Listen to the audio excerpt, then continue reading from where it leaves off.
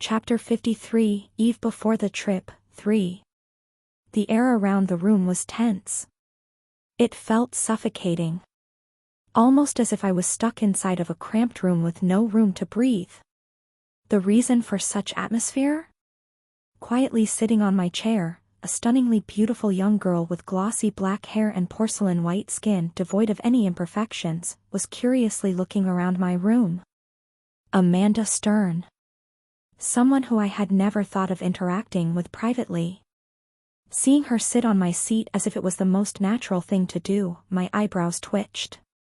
Just what did I do to deserve this? No, I knew why. I just wanted to deny reality. Sighing, I spoke up to try to break the awkward atmosphere. Would you like green tea or water? Hearing my voice, Amanda's eyes paused on my face for a couple of seconds, and after a short pause she said, "Green tea." All right. Heading to where my teapot was stashed, I took it out and poured steaming hot water into the pot. After a couple of seconds, I took a bag filled with tea leaves and gently threw them into the pot. While waiting for the tea to be ready, I turned around and noticed Amanda's obsidian black eyes staring at me. Taken aback by her odd behavior, I asked, "Need something?" Hearing my voice and seeing that I had caught her red-handed, Amanda looked to the side and acted as if nothing happened as she lightly murmured, "Nothing." Smiling, I looked back at the teapot. "What do you mean nothing? You were obviously staring at me. Even a blind person could tell you were looking at me." Pinching my brows, I decided to think about this in a positive way. From the looks of things, it at least seemed that she had no hard feelings against me. Since I knew her personality well, I knew that if she were to have had a grudge against me, she would have avoided me at all costs. Treating me as if I was non-existent. Seeing how she had actively come looking for me, I knew that she didn't hold what happened against me. So what did she come here for? There was definitely a reason for her visit. I sort of had a hunch on what it was, but I wasn't too sure. Most likely, she came to express her gratitude for saving her. If so, I better get this over with fast.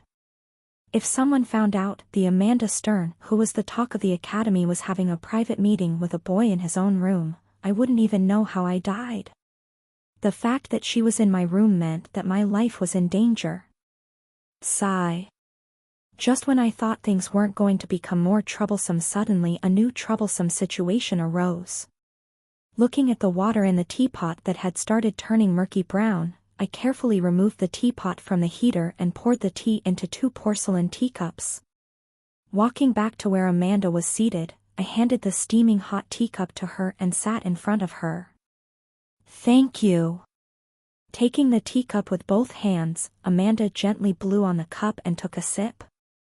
Closing her eyes and savoring the taste of the tea, Amanda nodded slightly, said, "It's good." "Thank you."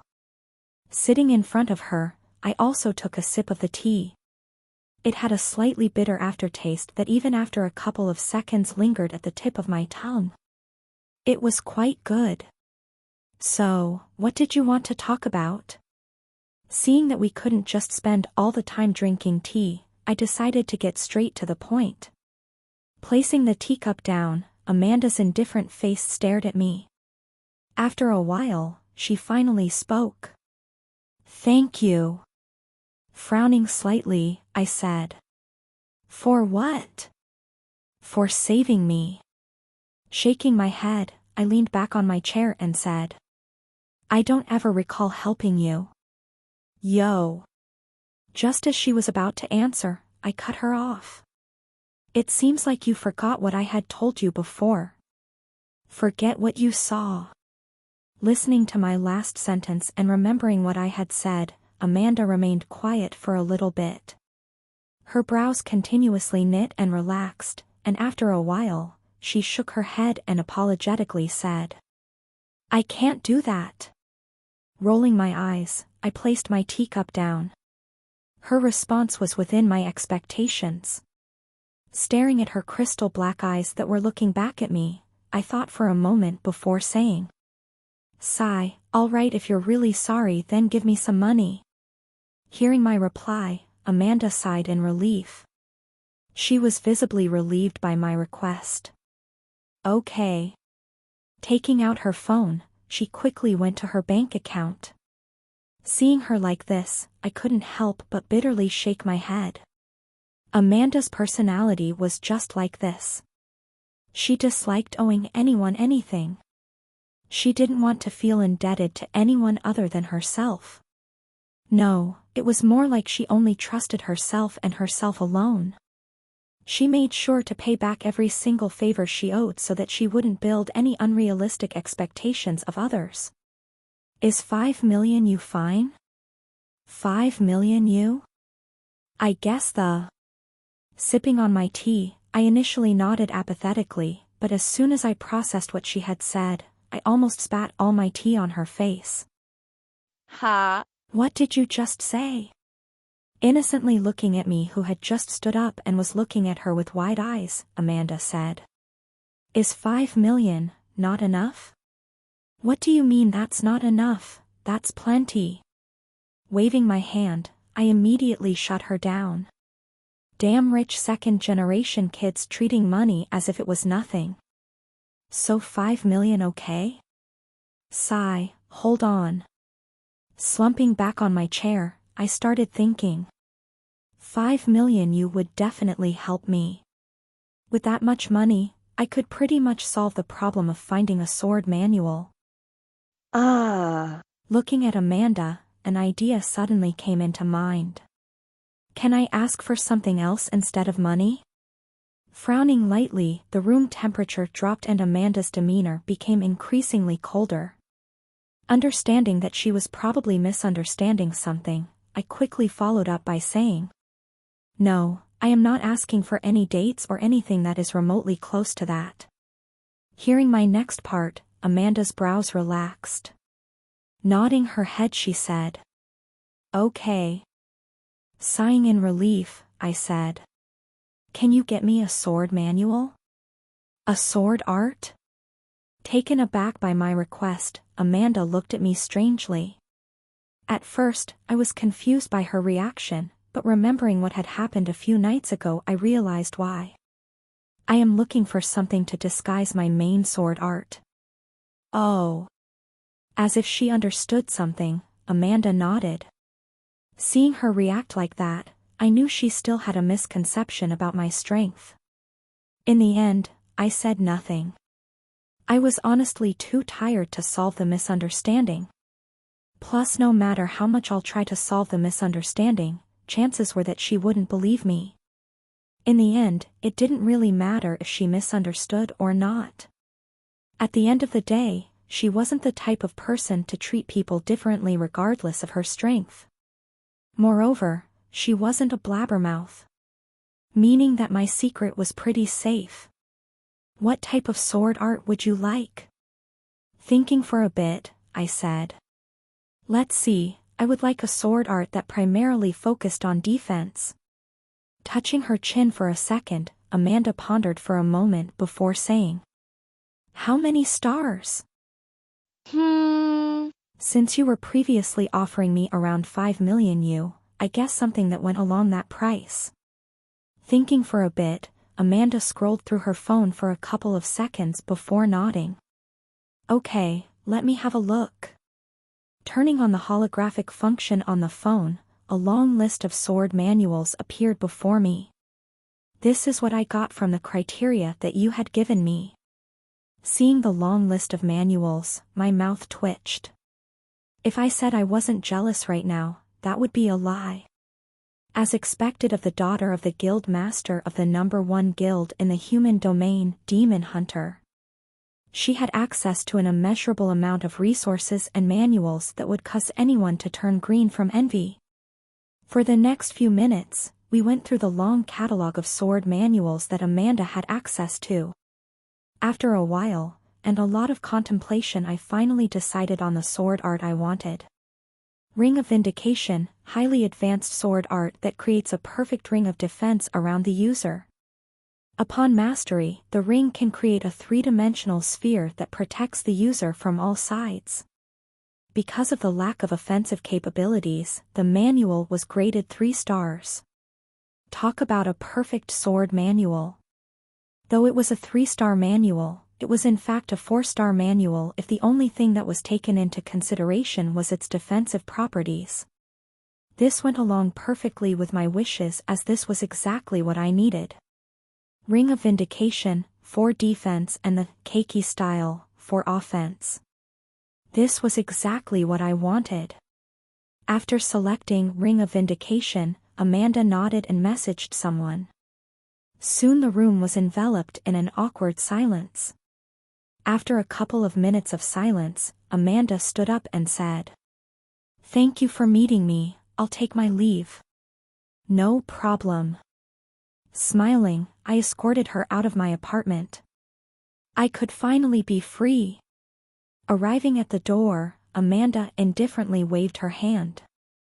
Goodbye. Smiling, I waved back and said, "See you." Leaving Ren's room, Amanda was satisfied with the outcome of their meeting. She more or less got a better understanding of the student that had helped her. His personality was a far cry from what it was when they met at the party. Despite no longer hiding the fact that he was hiding his strength, his demeanor did not return to what it was back in at the party. Cold and emotionless. He was a far cry from that. He wasn't cold nor emotionless.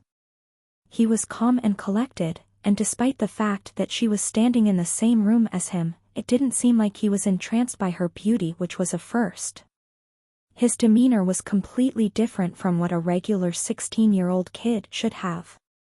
He was neither overbearing nor arrogant, and aside from the fact that his expression was really easy to read, he was quite easy to talk to.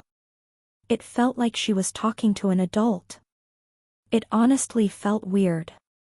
Walking along the corridor of the dorm, she suddenly noticed many eyes staring in her direction.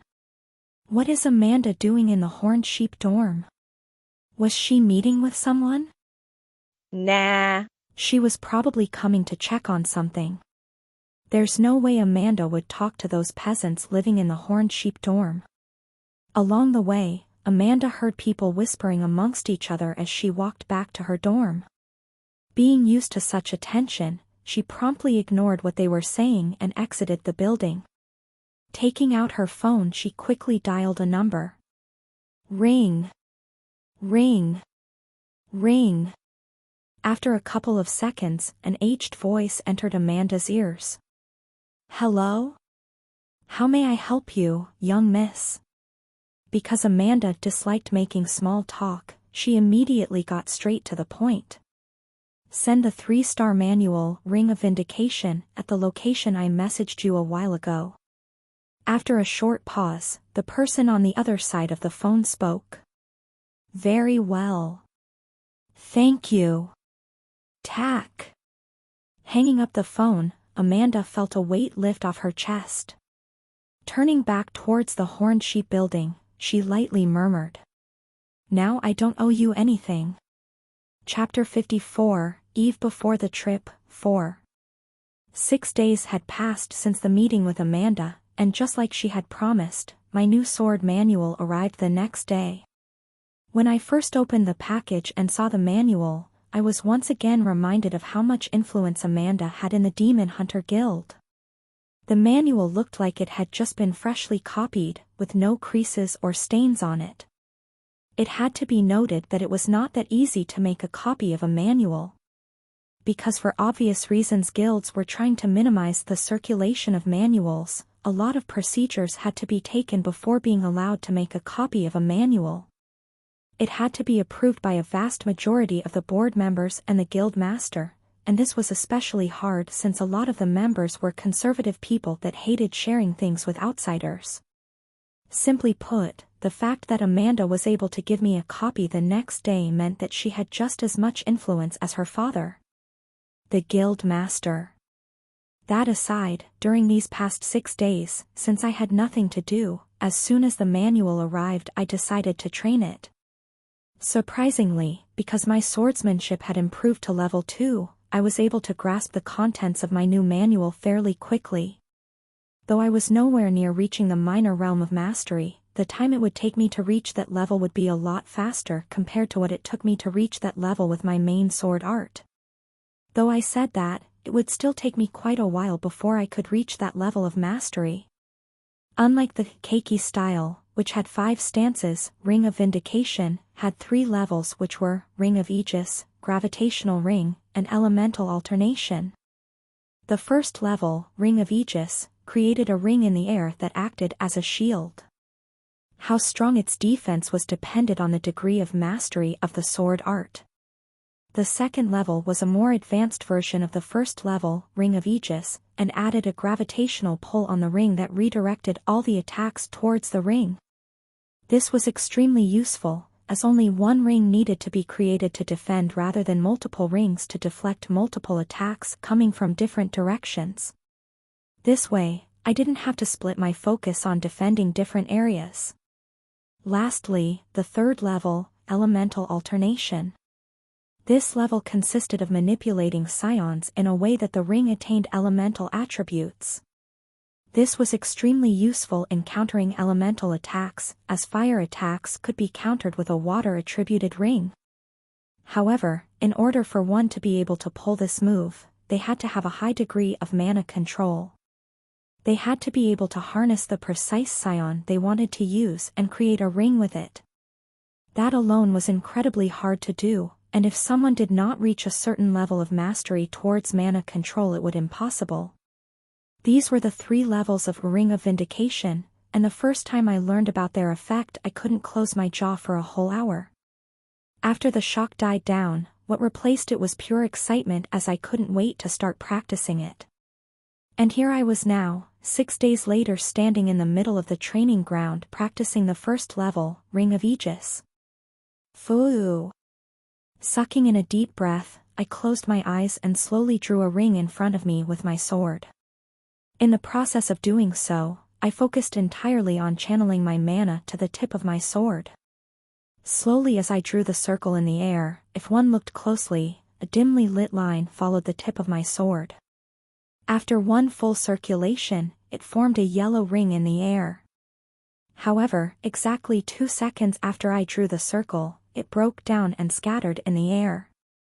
Opening my eyes and looking at the scattering circle, I let out a satisfied smile. 2 seconds. Though it didn't seem like much, in the first 3 days I could barely even draw a full circle.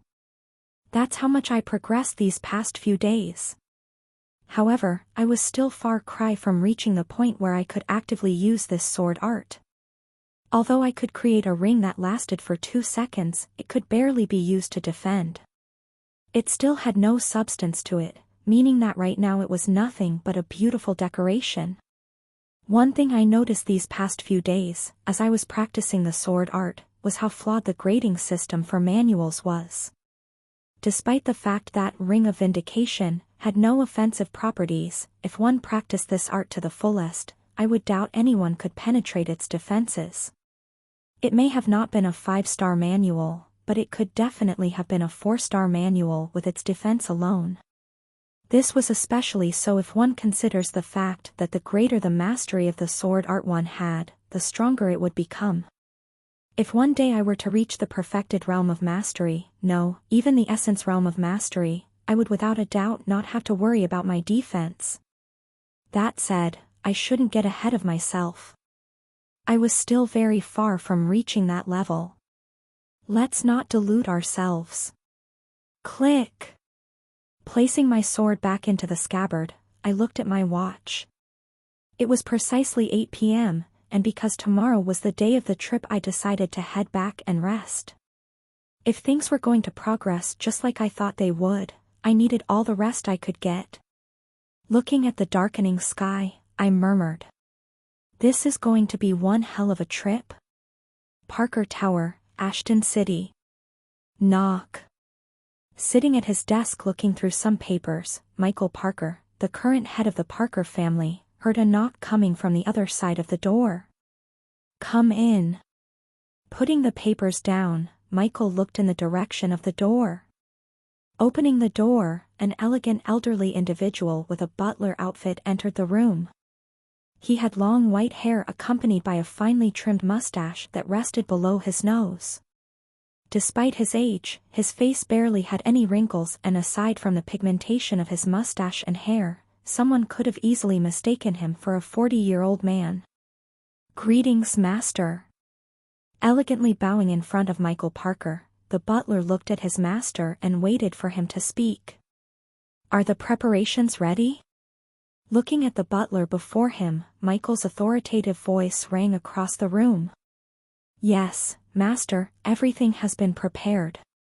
Hearing the butler's response, Michael nodded slightly. Pausing for a moment and looking at Ashton City from the window, he said, "Has the trivet squad been dispatched?" Hearing the word trivet being mentioned, the butler's demeanor faltered for a split second before recovering. "Yes, everything is as you have ordered." "Good." Letting out a satisfied smile, Michael slumped on his chair and lightly murmured, "With the trivet squad in charge of this case, I don't have to worry about anything." Looking at Michael Parker with a complicated look, the old butler couldn't hold it anymore and said, "Sir, though it may be rude of me, are you sure you want to send the trivet squad for this mission?" As soon as those words escaped the butler's mouth, the temperature of the room dropped to freezing points. A strong oppressive force started emanating from Michael, as he looked at his butler. "Richard, it seems that I had been too lenient with you. Despite having served me for over 15 years, you still doubt my decisions?" Subjected to such immense pressure, cold sweat dripped from Richard's back as he immediately lowered his head. "And no, I just thought that after raising them for so long, it would be a waste to let them go just like this."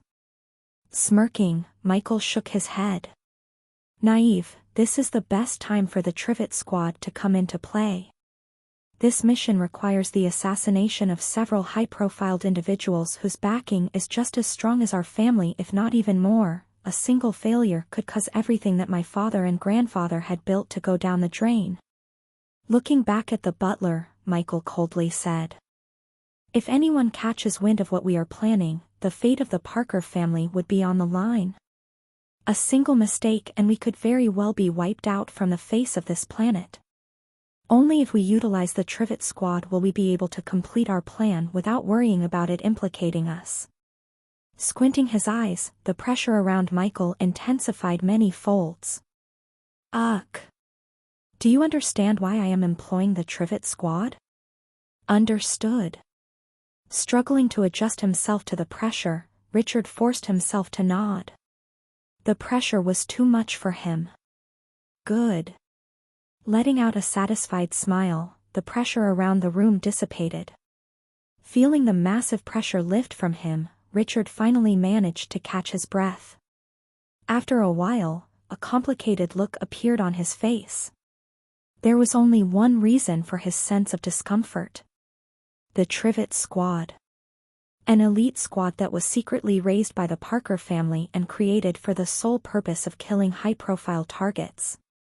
Each member, who were raised from a very young age, had no other purpose to their life aside from serving the Parkers. They were essentially discardable elite soldiers. Once used, they would be killed. They were a one-time use squad. Regardless of whether they succeeded or not, they were fated to die after completing the mission. The reason for such a procedure was because the Parkers didn't want to leave behind any loopholes in case any of their missions failed. Even if they succeeded or failed, no other person apart from a few trusted individuals could know what they had done. The fewer people that knew, the better. "You may go."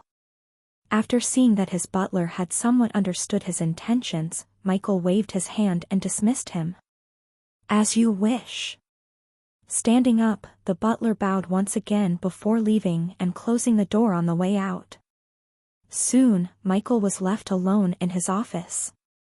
Looking at the papers in his hands, Michael's eyes paused on a few profiles. Kevin Voss, Emma Rochfield, Amanda Stern, Jean Horton. Han Yufei. Melissa Hall. Those were just a few of the names of the people he was planning to have assassinated during the Academy start-of-year trip. He was planning on killing them all. He planned to kill all of the individuals who were either too talented or were direct competitors of the Parker family. 20 years. That's how long he had been training the Trivet squad. It was all for this moment. He wanted to deal a fatal blow to all of his competitors. One that would cause them to lose what was most precious to them. He wanted them to despair. He wanted them to suffer a pain that was worse than death. Just like what he had been through all those years ago. Reaching for the corner of his desk, Michael flipped over an old wooden picture frame. Staring at the photo behind the picture frame, Michael's indifferent face slightly softened as he lightly caressed the glass on the frame. After a couple of seconds, his fingers started trembling and his voice shook. "Soon, my dear, I'll see you soon." Tack. Closing his eyes and taking a deep breath, Michael flipped the picture frame down. It took a couple of seconds before he was able to revert back to his previous indifferent demeanor. Standing up, Michael walked to the edge of his office, where thick reinforced glass replaced the walls, allowing him to overlook the whole of Ashton City. Interlocking his hands behind his back, he coldly murmured, "Hallberg will be the first step to my revenge." Chapter 55, Hallberg 1. "All right, everyone please enter the bus." Wearing a loosely fit white t-shirt that was neatly tucked in her jeans, Donna did a quick roll call. As she was doing the roll call, her every movement attracted the attention of every boy present. Her violet eyes shone slightly, causing everyone to fall into a daze. I too was entranced by her. After making sure that everyone in Class A25 was present, Donna, taking no notice of the boys' flushed faces, boarded a huge white bus and urged us to follow along. Right after her figure disappeared inside of the bus, the boys snapped out of their daze and regained their senses. Seeing the confused look on everyone's faces, I couldn't help but lightly shake my head. This scene was too familiar. This was not the first time it happened, and it probably wasn't going to be the last time it happened. Donna, whenever she was in a bad mood, tended to unconsciously release some of her powers, causing all the boys in class to suddenly feel extremely infatuated with her. Sometimes it would get so bad that some of the guys would directly faint. Only the likes of Kevin and Jean were somewhat able to remain unaffected by her sudden seductive outburst. Regaining my composure, and looking at the others who were boarding the bus, I couldn't help but stare at the bus which Donna had just entered. I was in complete awe. The bus's outer body was painted in white, and its smooth design was slick and modern. The bus, which was enormous, measuring up to 15 meters in length, could house up to 200 people. The reason why the bus was able to hold that many people was because it had a second floor which surprisingly had a mini snack bar. Around the bus, all the windows were tinted in black, making it impossible to see through, preventing people from prying inside. The bus's frame was made from highly durable metal alloys that could withstand the full power of several ranked villains. It was highly secured and was specifically made for protecting students from sudden ambushes from either villains or beasts.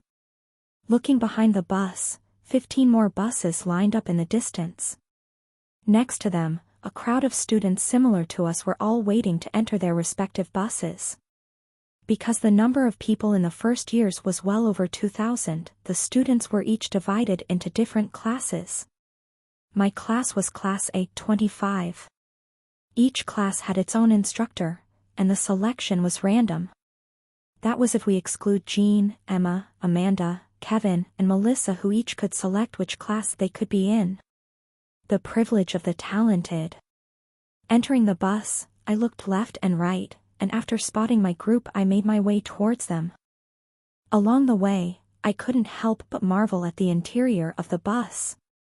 The seatings, which reminded me of first-class seats on planes, were made of fine leather. The seats were separated into 2 rows with 2 seats on each side. In front of each seat, there was a nice oak table that had several snacks on top. Arriving where my group was, a complicated look appeared on my face. According to what Donna had briefed us beforehand, we had to sit with our group during the whole bus ride, which would take approximately 5 hours. This was so that we could get to know each other better. However, looking at my group, I started to doubt whether this was a good idea. On my right side, Evan and Cassandra were sitting together munching down some chips. Behind them, Melissa was quietly sitting on her seat with her eyes closed. Her whole aura screamed, "Don't disturb me." On the right side, Donald was sitting next to the window. He was currently busy staring at the scenery outside the window and thus seemed to have not realized that I had just arrived. Looking around, apart from the seats next to Melissa and Donald, everywhere else was full. As my eyes alternated between Melissa and Donald for a couple of seconds, I decided to sit next to Donald. Though I disliked the guy, I at least didn't risk the possibility of dying. What are you doing, you bastard? Just as I was about to sit next to Donald, he turned around and glared at me. I am sitting. Pausing for a moment, I looked at Donald for a bit before ignoring him and seating on the seat. As soon as I sat on the seat, a moan almost escaped from my mouth. It felt as if I was inside of a cloud made of cotton. My back instantly sank into the chair, and the leather coating around the chair, which preserved some of the cold from the previous night, instantly cooled my body. Too comfortable. Just as I was enjoying my experience, I heard a loud voice on the right side of my ear. Turning my head to the side, I was met with the sight of Donald shouting at me. "You rude bastard! Who gave you permission to sit next to me?" Frowning, I was about to retort to him, but after thinking for a bit I refrained myself from doing so and decided to ignore him. I wasn't going to gain anything from arguing with him. "Are you even listening to me, you rude bastard? How dare the likes of you IGN?" At first, I was able to ignore him without any problems. However, after a couple of minutes of continuous verbal abuse, I couldn't take it anymore and snapped. "Who you calling a bastard, you bastard? My name is Ren. Ren Dover, not rude bastard. Flipping the middle finger at his face, I raised my voice. "Leave me alone, damn it. I am trying to enjoy this seat, so stop shouting like a parrot and let me have my peace. You son of a..." Opening his eyes wide, Donald was just about to retort back, but before he could do that he heard a cold voice coming from the left side of the bus. "Stop." Opening her eyes, Melissa took her glasses off and glared at both me and Donald. "Cease your immature display at once." Pointing behind her, where the other students were seated, she said. "Are you planning on killing me from embarrassment? Was this something you had planned beforehand in order to kill me? If so, you succeeded. I would rather drown myself in a bowl of water than being subjected to any more of this." Looking at where Melissa pointed, I soon noticed almost everyone on the bus staring in our direction. Cum, sorry everyone." Awkwardly coughing a couple of times, I apologized to everyone. It seems like Donald and I were a bit too loud. Without needing to be told by Melissa, we sat on our seats and stopped talking. Closing my eyes, I decided to take a quick nap. Turning on my MP3, I immediately plugged in my earphones and played a random song. Seeing both me and Donald sitting quietly like obedient children, Melissa's brows finally relaxed. Soon after, she closed her eyelids and prepared to sleep. However, right after she closed her eyes, she said, "You better be quiet while I'm sleeping, because..." "Okay. If you as much as speak another word, I'll make sure you drink my newly created potion that can send you straight to heaven." Looking at each other, both me and Donald felt a cold chill. We immediately shut up and decided to never utter a single word throughout the whole bus ride. Vroom. Soon the bus engine roared loudly and slowly the bus picked up its speed. Staring at the constantly changing scenery from outside the window, I took a deep breath and prepared myself for the upcoming trip. After the first cataclysm, the world map completely changed. The whole world became one mass of land, and the map that we previously were accustomed to completely changed. Then, the second cataclysm happened and humanity lost 6/8 of their land. Countries that somehow managed to survive the first cataclysm ceased to exist, and what replaced them was a new centralized government called the central government. Despite the fact that countries no longer existed, people couldn't forget their roots. Hallberg. A city founded in 2015, by then S-ranked hero Ludwig Hallberg, a German citizen prior to the first cataclysm. The intent behind the creation of Hallberg was to recreate Germany. Ludwig Hallberg firmly believed that one should never forget one's roots, and thus from then on, Hallberg was considered the new Germany. Many people of German descent migrated to Hallberg and settled there in hopes of developing the city further. The culture, the language, the people, everything was exactly how it was back in Germany prior to the first cataclysm. Following the example set by Hallberg, many countries did the same and established cities that were based on their country of origin. The central government did not stop them, nor did it try to stop them. They had too many problems to take care of to care about such insignificant matters. Alright guys, we will be arriving in Hallberg in about 10 minutes, so get prepared. Waking me up was Donna's crisp and pleasant voice, which traveled through the bus speaker. Wham! Yawning loudly, I stretched my body. Looking around, I could see Donald and the rest waking up. Behind them, several students were already awake, playing on their phones or talking to each other. Rubbing my eyes a couple of times, I rested my head on the headrest of the seat. To be honest, though I was comfortable throughout the whole trip, I would have preferred if we traveled through dimensional gates.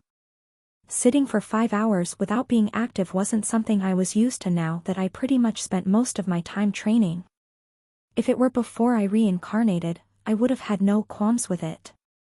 However, now that I have completely changed my routine, I couldn't stand not doing any physical activity for more than 5 hours unless it was for sleeping. Sadly, because the Academy deemed gates too dangerous, we couldn't use them. Because dimensional gates were still a new technology, not much was known regarding their safety. Though tests have shown that it was safe to use dimensional gates, there have been a couple of incidents regarding them, causing the whole government to still block them from being commercially available. Trains were also a no-go since they couldn't carry certain equipment that the instructors had prepared beforehand, and thus in the end the only option we had was to go by bus. Stand up. Snapping me out of my thoughts was Donald, who stood up and was waiting for me to leave my seat. Standing up, I followed the line of students heading towards the exit of the bus. As soon as I exited the bus, the light coming from the sun momentarily blinded my eyes. A wave of fresh air swept all over me, instantly refreshing my whole body. Covering my face with my arm, I looked around. How nice! Before me was a large expansive green field. Several houses built using timber framing and stone appeared on the green field, along with several cows that roamed around the field. In the far distance, an enormous building with thick metal walls covering its perimeter could be seen. Beyond the walls were several large buildings that released smoke in the air, polluting the clean environment. After making sure that no one was missing, Donna, who seemed to be in a better mood than before, spoke. All right, everyone. Though we are in Hallberg, we are only in the outskirts. That is because before going into the city we will be making a trip towards the monster processing factory. We will first do a tour of the place, and then shortly after you will go with your group and complete your assigned task. Pausing and making sure that everyone understood what she meant, Donna turned around and made her way toward the large industrial building. All right, follow me. Chapter 56, Hallberg 2. Thank you for coming. At the reception of the monster processing plant, greeting us was a blonde young girl with deep blue eyes. Her hair was tied in a bun, and she wore a gray suit that fitted around her body nicely. "Thank you for having us." Shaking her hand, Donna greeted the young lady with a smile. After sharing a couple of pleasantries with Donna, the young lady turned around and urged everyone to follow her. "Please follow me." Heeding her words, we formed a long single line and followed her. Fortunately, because the other classes went to different facilities, it was not too crowded. A lot of procedures are taken into consideration when dismantling and processing monster and beast corpses. This plant right here is called Grunwies, and we are responsible for dismantling to ranked monster/beast corpses. As most of you know, the stronger the monster or beast, the harder it is to process. This is simply because their skins and bones become that much harder to remove and cut.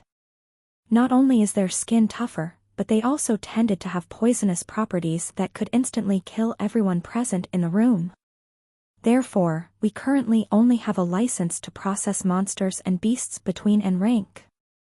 For higher ranked beasts and monsters, a special facility with top-notch equipment would be required. Along the way, the young lady started describing the features of the plant and what they did. She did briefly talk about the history of the plant, but all that information went from one ear to the other. I honestly did not care about the history of this place. Stopping right before the door that led to the main processing plant, the young lady turned around and said, "Before we enter, I would like for all of you to get changed into adequate clothing." Following that, she signaled for a couple of individuals to enter. Arriving before us students were 5 individuals all wearing white lab coats, glasses, and masks. As they came, they pushed a trolley hanger that was filled with lab coats. Walking next to the hanger, the young lady looked at us and said, "As I briefly mentioned before, in here we handle highly toxic and poisonous materials. For your safety and the general public safety, we need you all to be wearing lab coats. If we don't take this precaution, we could potentially endanger people or even habitats, as some of the stuff here can be extremely lethal." As she continued rambling on how important it was to wear adequate safety equipment, I looked around the place. Though we were not yet at the main processing facility, surrounding us were a lot of monster dolls that had been stuffed with preserving materials allowing them to keep their original appearance. Because they were so well preserved, it looked like the real thing was here, making it that much more intriguing to look at. They had a wide display of monsters and beast dolls, and they each had a tag at the bottom briefly describing what type of monster they were. It was sort of like a mini museum. "All right, now get changed and come back here within 10 minutes. Finished with what she wanted to say, the young lady signaled for the 5 guys to distribute the coat. Lining up and taking the suit, I immediately went to the changing room to get dressed. After completely changing and wearing my mask and glasses, I headed back to the meeting place. Along the way, I noticed a lot of students looking around at the monster dolls around the place. I too was curious, and thus decided to look at the one closest to the meeting place. Pausing in front of a beast that resembled an inconspicuous-looking crow, I looked at its description. Black-feathered crow, also known as night reapers, are extremely dangerous beasts that are an evolved version of a crow. They are extremely cunning and can be extremely deceiving from their outer appearance, which looks like any regular crow, making them extremely hard to fight against. Due to their unparalleled speed, they are unmatched in the air and almost unstoppable if they decide to dive down to hunt their prey. Their beaks, which are as hard as titanium yet less dense than it, are extremely sought after and TSSSS. Now, this was a beast I didn't want to encounter. All right, since everyone is ready, let's go. Exactly 10 minutes after the young lady dismissed us, wearing a lab coat and glasses, she appeared before everyone and led us to the main door that led to the processing facility. Clank! Opening the large metal door that led to the processing plant, I instantly felt a pungent smell invade my nostrils. My glasses clogged up, and the hot and humid environment made me want to leave the place immediately. Next to me, several people showed similar reactions to me as they all frowned and made weird faces. Clank! Clank! Clank! Taking a look at the facility, the first thing I saw was robotic arms that roamed around the facility freely. They were either cutting down monster and beast carcasses that were laying down on large metallic tables or were carrying them to different places. Operating the machines were several individuals all wearing lab coats and glasses. They each alternated using the machines, and if one looked carefully, they could see a glow emanating from their body indicating that they were using mana to use the machinery. This was a familiar scene everywhere, as not so far from them, several individuals were operating similar machines on a different monster or beast. As you can see, this is how we process monsters. Smiling at everyone, the young lady led us to one of the areas in which a monster was being processed. Stopping, she looked at everyone and pointed towards one of the processing tables. This beast right here is a steel-plated rhino, and just like its name may suggest, it has a very tough outer layer. Looking in the direction where the young lady was pointing at, a large beast that was 5 meters in length lifelessly laid down on a large metallic table. The beast's body was humongous and looked to be extremely muscular judging from the size of its legs. It had a huge horn on the top of its nose, and despite it being closely related to a rhino, the steel-plated rhino looked much more fearsome. They were incomparable. Around the body of the steel-plated rhino, metallic arms that shot thin laser beams continuously worked on dismantling the outer layer of the beast. Takin noticed the students' interest in the lasers. The young lady quickly explained to them. What we are using is a highly powerful laser that shoots a single beam of 12 petawatts of energy that lasts 5 seconds per shot. Thanks to how advanced technology has become, we are now able to use laser technology to directly cut extremely tough and durable materials such as monster parts and even diamonds. Because of how tough the outer layer of a steel-plated rhino is, we can only resort to using lasers to remove its skin. Pointing at the laser machine, she continued. The cylinder that is used to shoot the laser is made of titanium-doped sapphire that can perfectly withstand the power coming from the laser. If not for the fact that anything beyond it would be class. Whilst she was speaking, I made sure to note down everything she said. This information was extremely useful for my tasks. Looking around, it seems like I wasn't the only one with this idea as almost everyone was taking notes of what the young lady was saying. Over here is where we sort and store the different types of materials that we remove from the beast's body.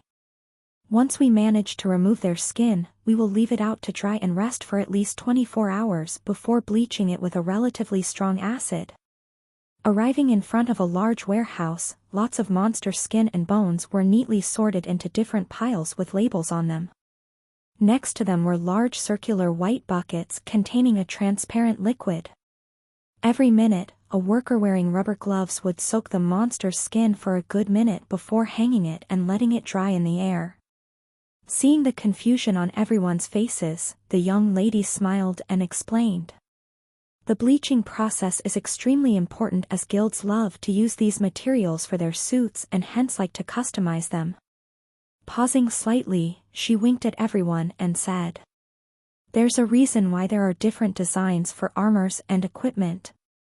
Hearing her joking remark, everyone lightly chuckled. What she said was true. People love to wear specially designed suits when entering dungeons. Part of it was due to having an extra layer of protection, but the main reason was its design. It was sort of like wearing clothes. When I roamed Ashton City in my free time, I noticed many shops with different suit designs. Most notably, I remember seeing a suit in full pink which pretty much screamed, "I am here." It was so over the top that I wouldn't be surprised if all the monsters decided to attack the person wearing the suit. They were like a walking target. Well, who was I to judge right? Just like that, we followed her around the facility as she explained different things. Sometimes some students would ask questions and she would promptly respond to them, but most of the time she was recounting useless information. From time to time, however, she would talk about the things that I needed for my assignment. If she did do so, I would immediately take note of it. However, 2 hours into the tour, I started to get extremely bored. She started rambling on which monsters were selected, who was in charge of making decisions, and other useless nonsense that I honestly couldn't care less about. Moreover, the hot and humid environment caused me to be extremely uncomfortable. It was to the point that I was starting to feel extremely lethargic. Finally, after who knew how long, the young lady stopped and said, "All right, I think I've said enough for today. Thank you very much for coming." I wasn't the only one who was rejoining about the fact that the tour had ended, as pretty much everyone around me looked re-energized. "Thank you very much for this experience." Thanking the young lady, Donna looked at her watch and said, "All right, we will take a 10-minute break before going back to the hotel to rest for the day." Taking off her mask and glasses, Donna threw them in a nearby bin and proceeded to say, "Meet me where the bus previously dropped us in 10 minutes time. If you need to go to the bathroom or stretch, make sure you take care of it now, as the ride to the hotel will take approximately 20 minutes. That is if there is no traffic, which I honestly doubt." After saying her piece, Donna left in the direction of where the bus was. "Hey, bastard, did you take note of everything?" Just as I was about to follow Donna back, I heard an annoying voice coming from behind me. Turning around, I could see Donald making his way towards me. "How many times did I tell you that my name is Ren and not bastard?" "I don't care, did you take notes or not?" Rolling me eyes at him, I responded, "Yes, I did." "Good, after you settle in your room, meet me later so that we can get this thing over with." As soon as he finished what he wanted to say, Donald left. As he was leaving, a weird look appeared on my face as I couldn't help but say, "Oh. Surprisingly, you're the serious type." Without turning around, Donald irritably responded, "Shut it, scrub. Unlike you, I'd like to keep my ranking." "Yes, yes." Shaking my head, I followed him back to the bus. Somehow, people cared too much about their ranking. Well, it was understandable as it dictated which guild they could join in the future, but it somehow seems to be like some kind of obsession here. Looking at the blue sky that was turning dark, I lightly murmured, "Well, it's not like I don't care either." I too wanted to climb up the ranking, but even if I wanted to, I'd have to do it slowly and unnoticeably, else people would think I was hiding some sort of secret. Sigh. Letting out a sigh, I entered the bus and sat next to Donald like I had done previously. Maybe I'll increase my ranking in my midterms, who knows? Chapter 57, Hallberg, 3. The sun had already started to set, leaving behind an orange veil of light that enveloped the sky. Hallberg city lights brightly lit the surroundings, and despite it being a relatively large city, skyscrapers appeared to be scarce. Most houses consisted of 5-story apartments or villas, and only occasionally would there be a skyscraper in the distance. Stopping in front of a large mansion that looked to be the size of a football stadium, we quickly left the bus and headed toward the place. As I left the bus, the first thing I did was stretch my back and legs. I was honestly exhausted. Despite the fact that I hadn't trained at all today, my mind could barely function properly as everything around me became sort of hazy. I guess using my brain was just as tiring as using my body. Well, that wasn't the only reason I was tired. Recently I had only been getting on average 6 hours of sleep a day, which wasn't too bad if it was for a couple of days, but this had been a recurring thing for the past week or so. Seeing how sleepy I was getting, I knew that the accumulated fatigue I had built up this past week had started crashing on me. Shaking my head quickly, I looked around to find ways to take my mind off of sleeping. I only needed to wait for a further 5 to 10 minutes before being able to get some good shut-eye. As I was trying to keep myself awake, my eyes landed on the other side of the parking area where our bus parked. Not so far from us, there were already 5 similar-looking buses parked near the mansion, indicating that some of the other classes had already arrived. Seeing that we weren't the last ones here, I felt my mind clear a bit. It seems like we finished at just the right time. Since there were more groups coming, it meant that I had more time to rest. This was good, as I really needed to take a power nap. All right, let's get going. After talking to the driver of the bus for a bit, Donna waved Goodbye to him and led us to the mansion. Entering the mansion, a nice fragrance invaded my nostrils, causing me to uncontrollably salivate. Looking around, it seemed like I was not the only one who felt that way, as most people were staring in the direction of where the nice aroma was coming from. Turning around, Donna, who seemed to have read what was on the mind of most people, started speaking. All right everyone, I know you guys are hungry, but things need to be done in order. Taking out a card from her pocket, she pointed towards the reception and said, "First things first, I will call you each by your name and you will then proceed to go to reception and collect your card. After that, you will come back here and wait for the others to finish before heading to your own designated room." Seeing everyone's deflated looks, Donna lightly smiled and raised her brow. "Don't be so down, don't tell me you guys are planning on eating when you had just sweated for a whole day?" Checking her watch quickly, she added, "At 8 on the dot, as you guys can already tell by the smell, there will be a buffet where everyone can eat and drink as much as they want, so hurry up and get changed." Holding my stomach that had started rumbling ever since I had caught a whiff of the nice fragrance, I quickly collected my room key and made my way towards my room. Along the way, I couldn't help but admire the luxurious place. The insides of the building were decorated with exquisite paintings and statues. Covering the floor was a nice red carpet that felt extremely soft to the touch. Next to the windows were red curtains that had a lighter pigmentation compared to the carpet, giving it a sharp and pleasing contrast. At the hem of the curtains, there were finely decorated golden patterns that depicted flying dragons. The best part of the mansion was the outside, as I could see a massive garden where its splendor was further emphasized by the lanterns outside that shone down on it. Next to the garden, I could see a tennis court and a football field that were both enclosed by green fences. Shaking my head, I couldn't help but wonder how much this place had cost. Considering how well it was decorated and how big this place was, I'd say it cost well over a 100 million U. Click! After navigating the long corridors, I arrived at my apartment and opened the door. Prior to coming to the room, when I was collecting my keys, I had been made aware by the receptionist that I would be given a regular room that consisted of 1 living room, 1 bathroom, and 1 bedroom. Yeah, She said regular. Though the decorations weren't as luxurious as the ones outside, it was still within the scope of luxurious, as paintings and other expensive decorations were placed in the room.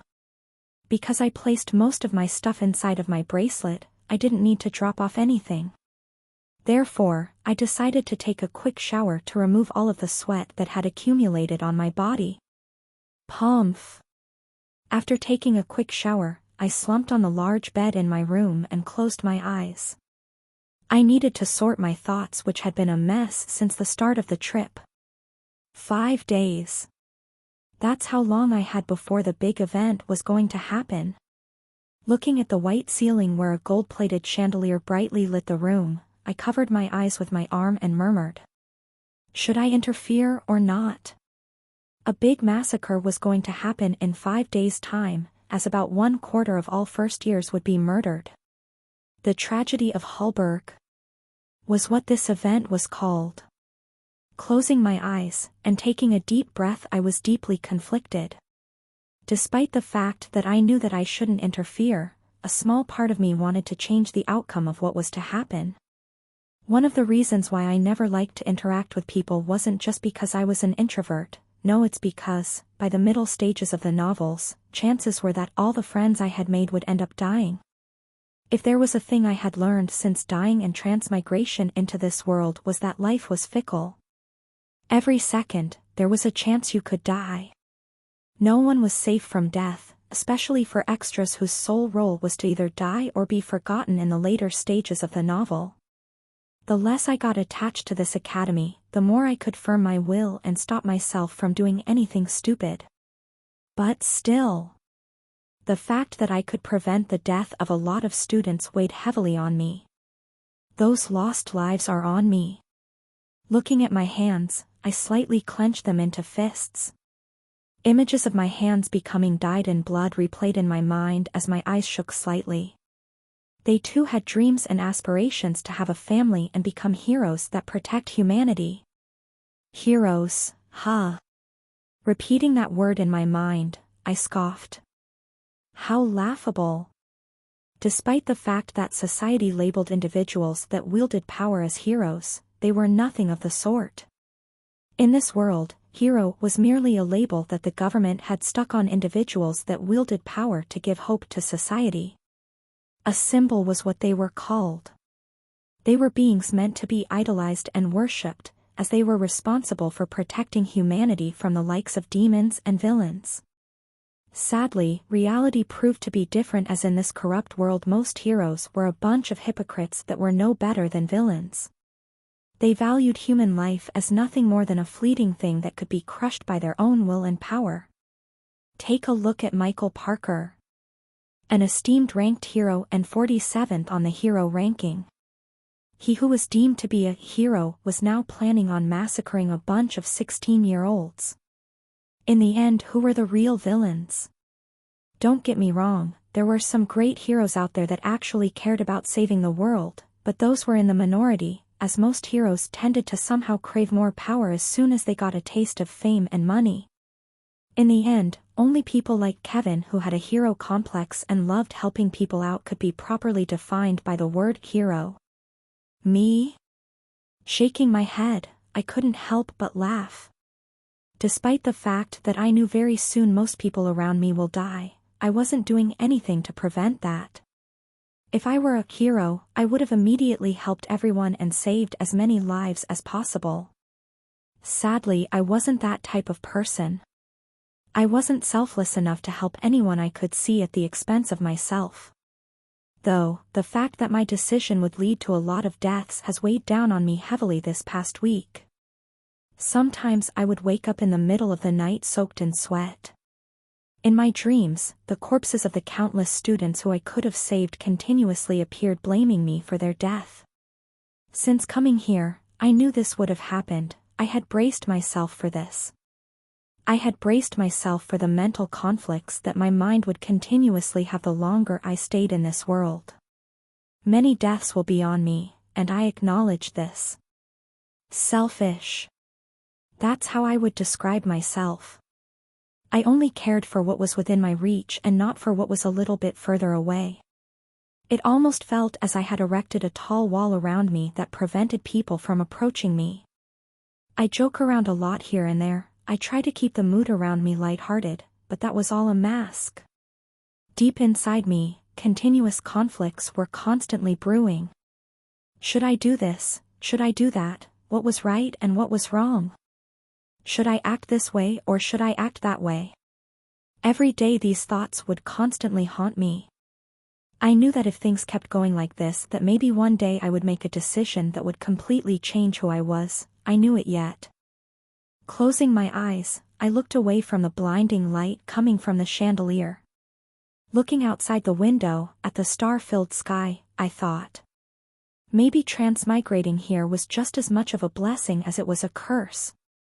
Not so far from Ren, similarly staring at the beautiful star-filled sky, a stunningly beautiful young girl with short auburn hair was lost in her own thoughts.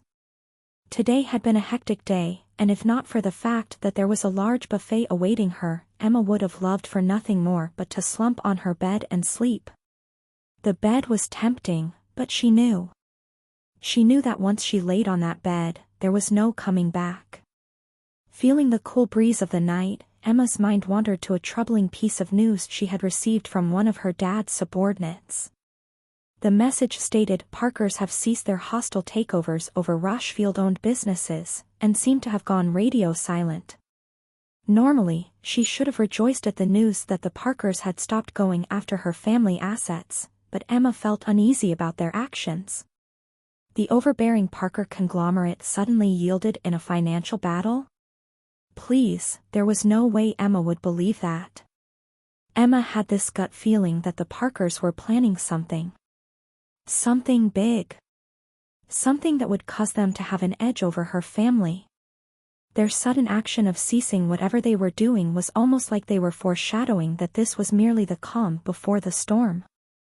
Staring at the crescent moon in the sky, Emma sighed and headed back to her room. I hope I'm wrong. Chapter 58, Hallberg, 4. Are you guys headed down as well? Exiting her room, Emma caught sight of two girls quietly walking down the corridor. Because the lighting was good, the features of the two girls became more apparent. Both of them had flawless white skin that was devoid of any imperfections. Their hair, which were black and brown respectively, gently cascaded on their back, stopping right before their waist. On the left, Amanda wore tight black pants along with a white turtleneck sweater that covered part of her neck. Melissa on the other hand wore a simple brown cardigan, a plain white shirt, and some jeans. As they walked, Amanda's cold demeanor contrasted perfectly with Melissa's arrogant and overbearing one, creating this picture-like scene. It was like seeing a pair of phoenixes. Jogging to catch up to them, Emma brushed her hair to the side and stopped right when she was about an arm's length away from them. Pouting slightly, Emma sourly looked at Amanda and Melissa before saying, "Hey, come on, why didn't you guys stop and waited for me?" Looking at Emma from the corner of her eyes, Melissa responded, "Would it have made a difference?" Turning her head towards Melissa, Emma looked at her sharply before saying, "What? No, but it's still common courtesy to wait for your friend." "Sure, whatever makes you feel better." Ugh. "Seriously, what am I gonna do with you?" Shaking her head at Melissa's lackluster response, Emma looked at Amanda, who remained quiet the whole time. Avoiding Emma's eyes, Amanda looked around the corridor. It was apparent that she didn't want to talk. Rolling her eyes, Emma facepalmed. "What am I gonna do with you guys?" Though they had known each other for about 2 months, the distance between them didn't shrink at all during the time they had spent together. No matter how much she tried to socialize and interact with them, they would always keep her at arm's length away. This was especially so for Amanda, who was always curt and polite, treating everyone as if they were a stranger. In the end, Emma was left totally helpless when interacting with these two. Letting out a sigh, Emma thought for a bit before saying, "Say, don't you guys find Jean a bit weird these days?" As soon as the word Jean escaped from Emma's mouth, Melissa's face darkened. "Don't even mention the name of that guy." Halfway through her sentence, Melissa held her stomach and continued, "Crap, I'm already starting to lose my appetite thinking about him." "No, seriously. He feels a bit off these days." Though Emma knew that Melissa was constantly tormented by Jean on a daily basis, she also knew that if there was someone who would notice his strange behavior, it was her. That was simply because he would always try to talk to her whenever he had free time. It had gotten to the point that Melissa purposely decided to return back to the dorm at a later hour than usual. This was so that she could avoid him. Before Melissa could answer, Amanda, who had been quiet the whole time, responded, "He has become a lot quieter than he was before." Turning her head to Amanda, Emma nodded and said, "You also think so as well?" Hearing the conversation between Emma and Amanda, Melissa thought for a bit before saying, "Maybe you're right, I did notice him pestering me less than before, but whatever happened to him, I am all in for it." Despite Jean being obvious with his advances, Melissa had more than once shut him down completely. She simply did not care about having any romantic interactions, as the only thing on her mind was her research. She was very close to breaking through into a particular theorem that had plagued her for a couple of years. It had almost become an obsession for her. Therefore, for Melissa, who was in this critical juncture of proving her theorem, Jin's constant pestering had caused her nothing but headaches. If someone were to ask her who was the most annoying person in the academy, for her, Jean was undoubtedly number one. He's pestering you less? Someth dash. Halfway through her sentence, Emma was stopped by Melissa, who couldn't help but say, "Let's not talk about him anymore. It's spoiling my appetite." Without waiting for Emma to respond, Melissa picked up her pace and headed towards the first floor where the banquet was held. Turning her head to the side and seeing Amanda also being uninterested in the topic, Emma lightly sighed and said, "Okay." After calming down a bit, I decided to head downstairs where the banquet was held. In the end, hunger got the best of me. As I was heading downstairs, I soon noticed the figure of a student walking ahead of me. Squinting my eyes to get a better look at who it was, I was surprised by my discovery. Rank 5, Han Yufei. Also known as Frank Han, and the leader of Class A23. From the back, I could see his short black hair that was permed in a way that looked like he had a mop on his head. His body was on the relatively skinnier side, and he wore round glasses. Though he didn't look particularly strong, his presence alone screamed danger to me. It felt as if I was staring at a crouching tiger waiting to lunge at me at any moment. I guess he wasn't ranked 5th for no reason. Apart from knowing that he was ranked 5th, I actually didn't know that much else about him. I didn't develop his character much, but from what I remember, he was an easygoing guy with no ulterior motives. Most surprisingly was the fact that he didn't care about other people's ranking, as most of the people he hung out with were lower ranked than him. Some even by a margin that was as large as mine. He was of Chinese descent, and his martial arts were on another level. He was probably the only person in the academy that did not use any weapons when fighting. He only fought with his body. He was what was known as a full-body martial artist, someone who fought with every part of his body. He comes from the Han clan, one of the 3 main ancient Chinese clans that resided in Ashton City. The 3 ancient Chinese clans were Wang, Shan, and Han clan respectively. The martial manual he practices was actually a 5-star martial manual, and it was passed to him by the patriarch of the clan. Despite his strength, in my novel he didn't get that much character development. He only showed up on rare occasions, and those times were when he was either in the academy or when Kevin needed his help. Looking back at it now, such a strong character should have definitely had more time in the story. Well, no use in regretting what was already done. Following Frank, I quickly headed towards where the banquet was being held. Soon I could hear the sound of a lot of people laughing and chatting. The closer I got, the louder the sounds became. Turning left, I soon found myself inside an enormous hall. Looking up, 3 enormous chandeliers brightly lit the hall. Massive pillars made out of marble supported the structure of the room, and next to them, tables filled with food could be seen all over the place. Waiters dressed in black outfits wandered around the place as they served different drinks. Despite it not being 8 o'clock, the hall was already filled to the brim with students. Looking around, I soon spotted the area where my class was. Making my way there, I took a drink from the waiter and slowly savored it. Damn it, I forgot that alcohol doesn't affect me anymore. After tasting the drink and realizing that it had no effect on me, I slightly cursed and downed the whole thing in one go. What was the point of alcohol if you couldn't get drunk from it? Shaking my head, I soon arrived at the area where my group was designated to. Looking left and right, I quickly spotted Donald and my other group members and headed to where they were. Ayu. Lightly waving, I stood next to them. Looking at me who had just come, Donald gave me a side glance and then proceeded to ignore me.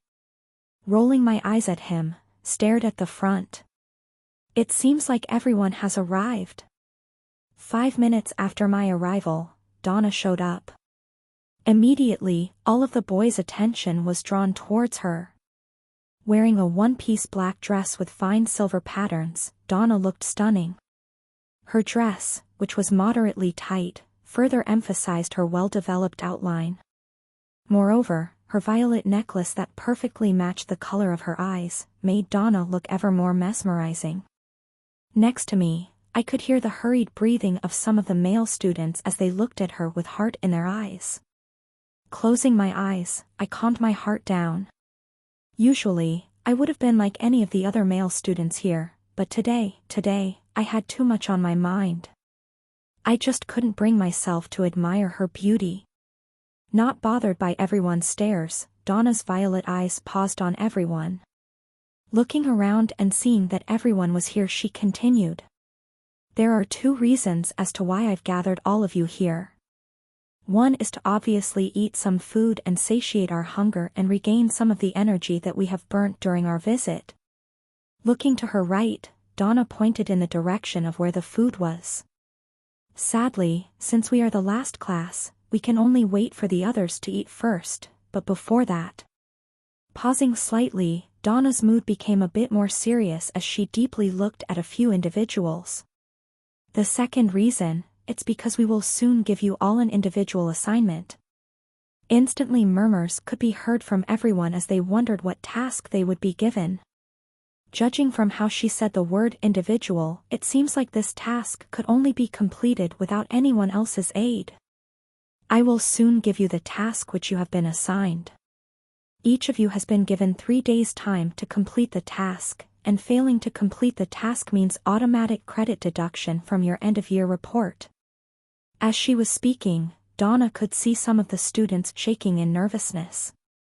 Shaking her head lightly, she added, "Don't worry, the difficulty of your tasks has been assigned according to your abilities. After a lot of consideration, we managed to assign you guys tasks that are well within the reported data of your strength, therefore, you guys should be relatively safe." Clap. Clapping her hand to get the attention of some of the students that had stopped listening and were trying to find out what their task was, Donna smiled and said, "All right, I think I've said enough. I will soon send you your tasks on your phone. Please enjoy the food and make sure you don't fail the missions." Ding! Right on cue, a message appeared on my phone. Just as I was about to open it and see what my task was, Donna spoke once again. I forgot to add. We won't aid you in your task, so if you guys die, you die. We won't be helping you." Instantly, the room became tense. Some students started shaking in nervousness as they carefully looked at their phones to see what their task was. Well, sorry to have dampened the mood for you all, but I felt that I needed to warn you beforehand so that you don't get complacent thinking that we will save your asses even if you were to fail the mission. Finished with what she wanted to say, Donna quickly left and joined the other instructors who had similarly shared the news with the other students. Turning on my phone, I looked at the notification that had popped up on my screen. Student rank 1750, Rendover, mission target, Carl Czar. Head of a minor drug organization that had infiltrated Hallberg for the past decade. Target location at XXXXXX Road. Target behavioral pattern. Taking a deep breath, I looked at the ceiling of the hall. I guess I'll have to prepare myself. Chapter 59, I am Kevin Voss, 1. Inside a large dark room, the figure of an extremely handsome individual could be seen sitting crossed-legged in the middle of the bed. TSSSSSSS. Sitting shirtless on the bed, steam slowly rose from the figure's body. As steam poured out from his body, the figure suddenly tensed and relaxed his muscles repeatedly. He continued doing so for every 5 seconds time intervals. As he tensed his muscles, the outline of his veins that traced all over his body became more apparent, making him look extremely scary. Foo. After a couple of minutes of continuous tensing and relaxing, the figure suddenly released a long breath and finally opened his eyes, revealing 2 scarlet red eyes. Standing up and taking a towel from a nearby table, Kevin dried his wet body. Turning around, he looked at his reflection in the mirror. His body, which was chiseled to perfection, had multiple scar wounds on both his abdomen and chest areas. His back was even worse, as it was riddled with scars that ranged from different sizes and shapes. Most notably, there was one that stretched halfway through his back. Tracing one of the scars that appeared on his chest, Kevin was reminded of the time where he was forced to fight against multiple ranked villains when he had just entered rank. It was a mission that the system had given him in exchange for a relatively powerful skill. In the end, if not for the fact that he had multiple trump cards on him, he would have long have died that day. All the scars on his body were reminders of the hardship he had gone through to get to where he was. Throwing the towel on the bed, Kevin opened his phone and checked his most recent notification. Student Rank 1, Kevin Voss, Mission Target, Victor Hugh, Hallberg Minister of Finances. Charged with corruption and embezzlement. Target location at XXXXXX Road. Target behavioral pattern. Corrupt officer Looking through the data file sent to him, Kevin quickly skimmed through the contents. Stopping on a certain section, Kevin frowned. Embezzlement, money laundering, soliciting and acting as an intermediary for drug trades, false imprisonment of government officials, sexual harassment. The more he looked through the series of crimes his target was accused of, the deeper Kevin's frown became. Such trash. Turning his phone off, Kevin placed it in his pocket. Click. Dressing up in a simple white t-shirt and black pants, Kevin took his black cashmere jacket and headed out of the room. Ding. Host has received a new mission, would you like to view it? Not surprised by the sudden notification, Kevin nodded. Yes, open quest interface. System quest Difficulty rank E+. Mission, eliminate Victor Hugh, a corrupt minister that has been embezzling funds from Hallberg. Guarded by several ranked individuals and one ranked guard. Mission reward, rank upgrade E+. D-.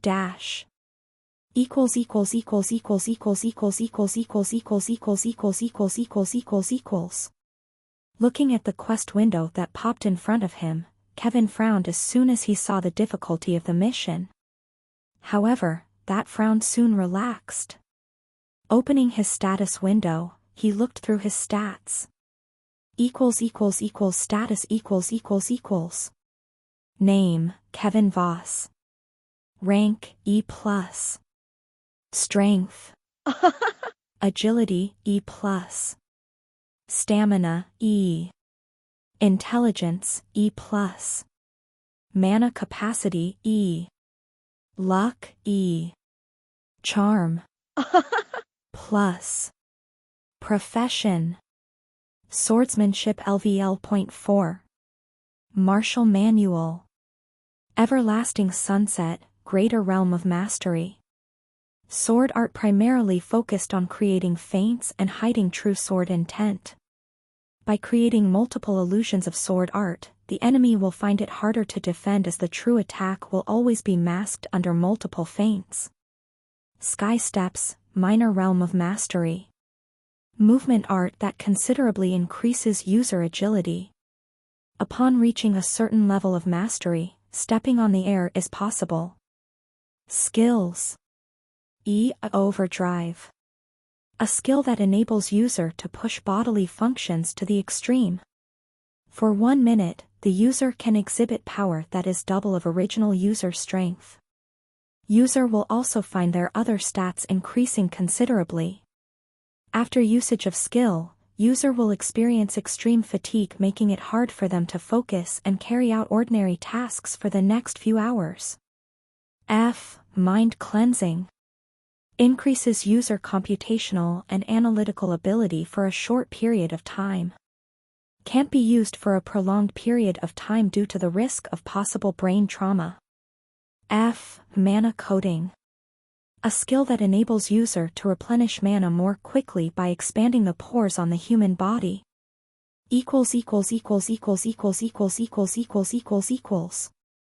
Finally, after more than 4 months of being stuck at E+ rank, he finally had a chance to increase his rank. If not for the fact that he had enrolled in the lock, Kevin estimated that he would have already have reached rank. He had wasted a lot of time at the academy. The environment wasn't like before where he would constantly be on the edge, almost dying multiple times a week. Sometimes, the missions were so dangerous that even the slightest mistake could cost him his life. The environment in the lock was much more relaxed than his previous environment, which in a way was good as it allowed him to learn other things aside from fighting, but it had also stagnated his fighting ability. Only through constantly being on the edge of your life would you truly become strong. The more peaceful their environment was, the fewer chances for growth. That's what Kevin firmly believed. Stopping in front of the reception desk, Kevin walked up to a young female receptionist and asked, "Hello, may I know if I can rent a bike?" Looking up and seeing Kevin, the receptionist was momentarily stunned by his appearance. However, that didn't ask long as she quickly collected herself. "A bike?" "Yes, preferably a black one that goes at incredibly high speeds."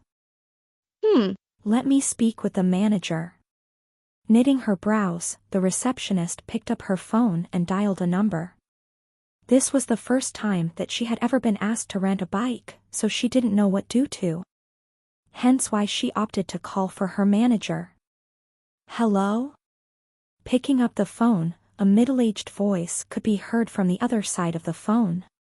"Sir, a student is requesting to borrow a bike." "A bike? Why would he want to borrow a bike?" "I don't know as well, that's why I am asking for confirmation with you." Pausing slightly, the person on the other side of the phone said, "Can you ask for the student's name?" Covering the speaker of the phone, the young clerk lady looked at Kevin and asked, "Can you please tell me your name?" Nodding his head, Kevin replied, "Kevin Voss." "All right, thank you, sir. His name is Kevin Voss, I believe." "Kevin Voss, Kevin." Repeating the name a couple of times, the person on the other side of the phone seemed to have had a sudden realization as his voice increased a few pitches. "Boss?" Realizing what he had done, the person on the other side of the phone awkwardly coughed and said, It was nothing." "Hand him the keys to the Larvae 9027. Pausing for a second, the receptionist opened her eyes wide and said, "Why you mean, the Larvae 9027? Her shocked reaction was understandable. It had to be noted that the Larvae 9027 was the most advanced bike they had in their mansion. A single one of those bikes costs upwards of a couple dozen million U. She also remembers clearly that her boss highly favored that bike, yet right now he wanted nothing more but to give it to a teenager? Yes, do it quick. You have my permission." Hearing the urgency of her boss's voice, the receptionist didn't dare refute and agreed. "Okay. If that student asks for anything else, make sure you try to please him as much as you can." Overwhelmed by the huge favor the young boy before her was getting, the receptionist could only dumbly agree to her boss's orders. A big shot. The young boy before her was a big shot. "Okay. All right, call me if anything happens regarding that student." Tack. Hanging up, the receptionist looked at Kevin with a complicated look. "Please follow me." Opening a small safe box, the receptionist took a pair of black keys and urged Kevin to follow her. Soon they entered an elevator that brought them to the bottom floor. Ding! As soon as the elevator doors opened, Kevin was stunned by what he saw. Rows upon rows of supercars appeared on the large floor. The large collection of cars were sorted by brand and age at which they were manufactured, with some of the cars dating as far back as 2015. "Please follow me." Without waiting for Kevin to admire the place, the receptionists moved towards where the bikes were parked and urged him to keep up. D. Stopping in front of a bike, the receptionist took out the keys and unlocked the bike. "Here's the bike." Handing the keys to Kevin, the receptionist smiled at his reaction. It was that of awe. Looking at the bike in front of him, Kevin couldn't help but be amazed. As soon as the bike turned on, the body of the bike lifted upwards, levitating right on top of its two thick wheels. The frame of the bike was matte black, and its long frame could accommodate two people comfortably. "Thank you." Satisfied, Kevin smiled and mounted the bike.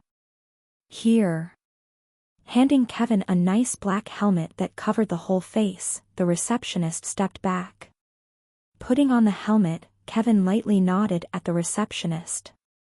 Tightened the grip of the bike throttle, the bike silently sped into the distance. Watching Kevin leave, the receptionist smiled and said, "Have a safe trip."